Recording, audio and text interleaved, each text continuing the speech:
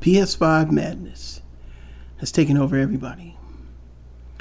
Hey everybody, it's Super Robot Ed, and I just want to talk about this PS5 craze.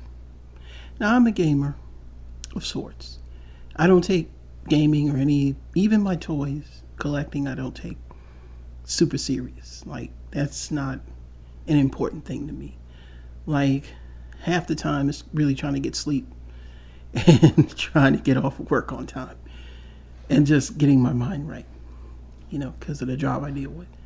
So yeah, I like to kick back and play some games. I'm a retro gamer. I don't care for the new stuff. It doesn't excite me. It's, everybody wants to get as close to, like humans as possible. If you want to do that, just watch a movie. I'm from the old school. 2D Street Fighter is like awesome. King of Fighters, Samurai Showdown. I play a lot of Japanese shoot 'em ups, if you want to call it that. I collect those. They're actually worth more money than half of you people's collection, but that's a story for another day. I've never really caught on to the console craze. I mean, the advent really of the PS2 is what started this all. I worked at Best Buy, and let me tell you, that was like another Black Friday. But lo and behold, it's now gotten out of hand, especially when you have the panoramic along with Covidia. Like, at some point, how scrupulous can a company be to release it at a time where not a lot of people have the money to spend to get these things? And, we can't stop people, supply and demand. Even artificial inflation of the supply and demand still can't be stopped. But let's go back to a time where this really began. The PS2. Let me tell you something about the PS2. I worked at Best Buy in the year 2000. And I worked in media. They don't have a media department anymore. Media was video games, CDs. Of course, I doubled in computers because I also knew about computers, but I mainly worked in media. I was made to work that day because I actually got to play on a Japanese PS2 because I import a lot of video games, and I would buy games from friends who imported systems. And I remember playing the PS2 back in June of 2000, actually before I left Charleston to move to Raleigh. But yeah, this was a crazy release with people coming in the store like, hey, when's the UPS truck coming? And people would slip you like $40, $50, $60 just to tell them when the next release would be. And yeah, I'd take the money. That's lunch for a few days. But hey, it still wasn't as crazy as the next release. So the PS3 comes out, and we're talking about a technological beast here. We're not talking about just a DVD player. We're talking about a DVD player, a Blu-ray player, a new dashboard that had interaction with the game. It was probably the most underrated and most powerful system of its time. And I know people are going to say, well, the 360 was, nah, bro. They never tapped the PS3. Cell architecture in this thing was just, they didn't know how to break it like that. The reason why you were getting a lot of stuff on 360 is just because of the fact that, hey, it was easy to program on. But the PS3 could do way more than the 360, but they never were able to get down into that system and do it and get to it. But I remember people camping out, paying homeless people to stand in place while they get a PS3.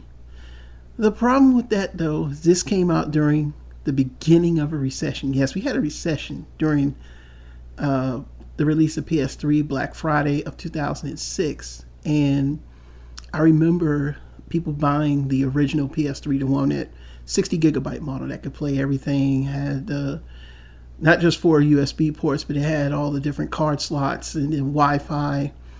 And one lady brought it back and said, well, look, my husband just got laid off, and we hadn't even had a chance to tell the kids we got it, but this is $600 we can use towards school bills. And they literally brought it back unopened.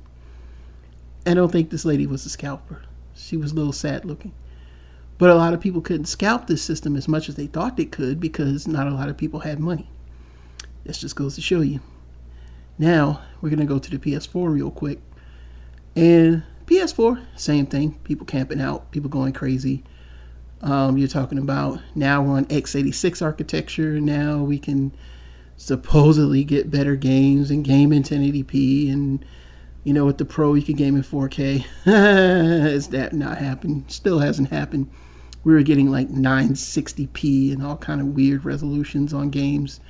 It's all crappy. I call it cheap gaming, but you might say otherwise. But I'll debate you on that because, look, I own the systems. We got a PS4 and a Pro.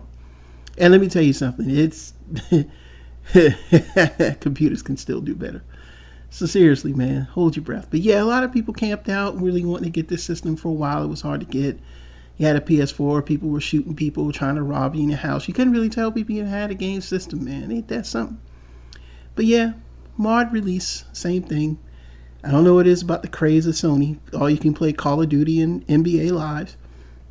So here we are, recently. It's the year 2020. And we got two people camping out. But not just camping out. These cats are smart. Well, maybe. They got beds. And they got the nice inflatable beds, man. Homeless guy could sure use that. And they're camped out. They're number one. And number two. My problem is I will not sleep outside to wait for a dang on system, man. I just can't do it, man. There ain't that much video game playing in the world. Trust me, it's not there yet. You're getting a little step above PS4, but it's not there yet. It's not there yet. You're the beta tester, getting all the bugs and everything. But you're gonna sleep outside for a PS5. I mean, why? I just got questions like that, man. And people will say, well, it's because you can't afford one. Bro, have you seen my toy collection? I could buy one in a second. I don't want it. I don't chase stuff. It comes to me. When I'm ready for it, it's going to be there, and I'm not running outside to go get it. Because I don't, like I said, I'm buying a PS5 just, because I'm a collector, but I don't play current games, so if it ain't running what I want to play on it, it'll sit there on the shelves until I'm ready to go buy it. I got a 360 that's still in play, bruh. You know about that JTAG, huh? Shoot, got the whole cave collection sitting on that. But you know what that is. And here's a little close-up of these guys. They got the slippers out there. Of course, they got slides. Grown-ass man wearing slides. Just, you a grown man. Dress like a grown man, okay? You don't wear slides, man. You get into a fight, you kicking off your shoes like a slippers, man. What's wrong with you, man? Something. And you laid out like you trusting people and shit. Laid out, all sprawled out. You ain't even sleeping like you. Dude, you in the street in the public. I know you want to get, pictures and stuff or whatever and get on TV or whatever you want to do. You still got to pay that $600 for that disc system. But dang, man, have some sense and sleep like a man. You know what I'm saying? This ain't home. I mean, look at this cat, man. One of these dudes just go ahead and snake him or something. What are you going to do? You ain't got time to get up. You ain't got time to do nothing, bro. It ain't worth it. I will not sleep out like this. I'd be camped out in the chair like those guys, but in a bed, no. Not around strangers and definitely not in the open. All this for PS5. All this for PS5, man. What's wrong with y'all, man? What's wrong with y'all? Seriously, man. What's wrong with you? And then these dudes got 9 of them, 6 disc-based systems, and I guess the black one is the discless system. Let me ask you something, man.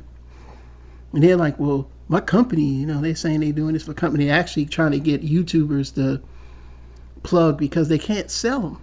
And then don't get marred by those eBay auctions with people paying $15,000. Go to Reddit. There are a lot of Reddit people that are actually doing this on purpose, and I don't blame them. In a way, you know what I'm saying? Like, you're basically messing up the market for other people. And I'm not. See, here's the thing about scalpers. As a Transformer collective, we deal with that all the time. But, the idea is, look, don't pay that money. It happens all the time. And you wind up, if you were patient enough and wait, you'll get what you're looking for. I mean, and sometimes you can't get it at the regular price. What you can't have now, leave when you will. Sometimes you got to wait. It'll come to you. I've done it a lot. And I collect big toys that cost just as much as a PS5. Solo Chogokin, different lines in general, vintage toys that are, of course, going to be worth more money than a PS5 because PS5 is going to depreciate in value. No game system can hold its value like that, except for vintage gaming. But even then, you could circumvent vintage gaming because you have emulators, you have computers that are much more powerful that can play the games. Really you just need a console, and there's ways to play it through USB, all the games on the console. So you don't even need to buy the media like you used to. But if you're a collector, that's a different story. But it's really no different. I've done video game collecting, and I've kind of got out of it because, it's only worth what somebody's going to pay for it. So if I miss out, I miss out. I'll always be able to play the game. But these PS5 scalpers, I kind of put y'all on a low bar because the system is already is out of price for a lot of people. They can't get it. It's a recession. It's COVIDia. It's just annoying. It's got to stop. Our consumerism is ridiculous. But what are your thoughts? Leave them down in the comments below. This is the one and only video I'm going to do on PS5, and I'm done with it. When I get one, I'm not going to do a freaking video. Have a good night, everybody.